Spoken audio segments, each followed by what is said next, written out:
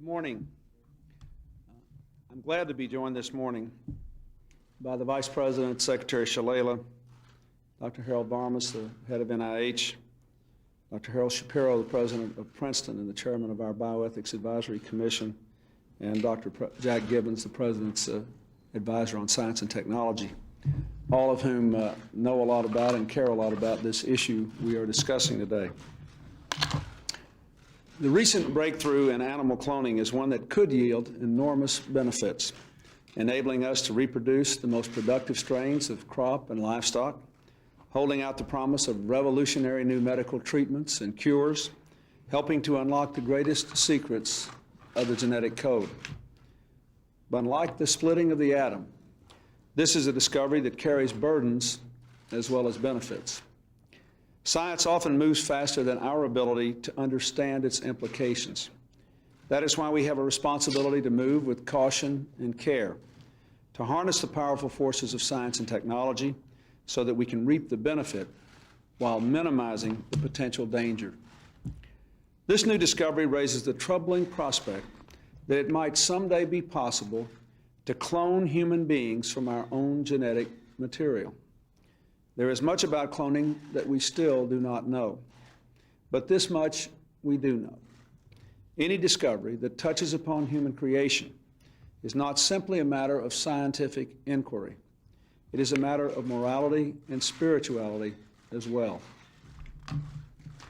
My own view is that human cloning would have to raise deep concerns, given our most cherished concepts of faith and humanity. Each human life is unique, born of a miracle that reaches beyond laboratory science. I believe we must respect this profound gift and resist the temptation to replicate ourselves.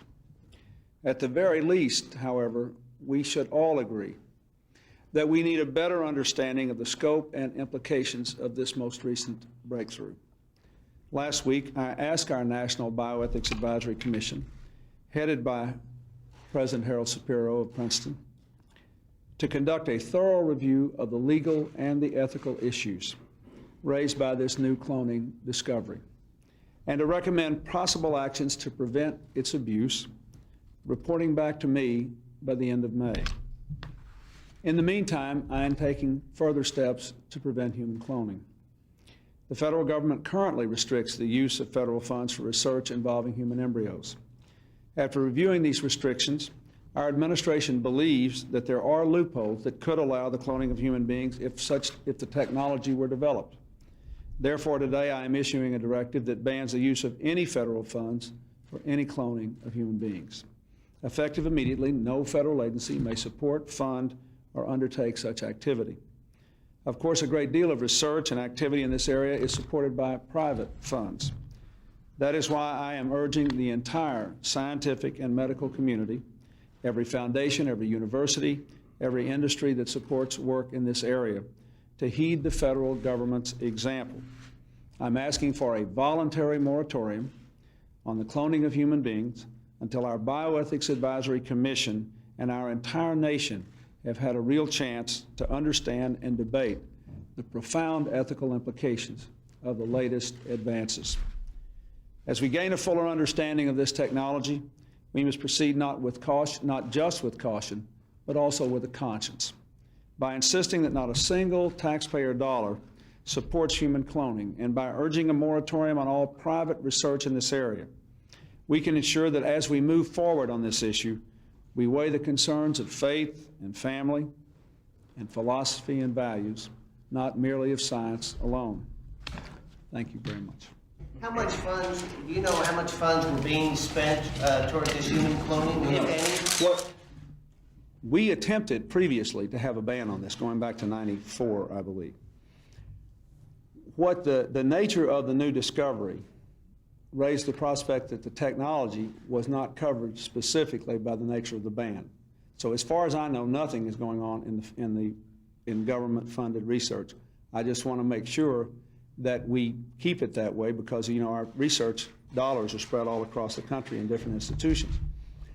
With regard to the private sector, let me say that our staff here in the White House has been in touch with a number of people in the biotech industry, and they seem to be glad that we called and anxious to participate in a moratorium until we think through the implications of this. I mean, I imagine a lot of you, and not as journalists, but in your own private homes, have sat around talking about this discovery in the last few days. I know we have in our home.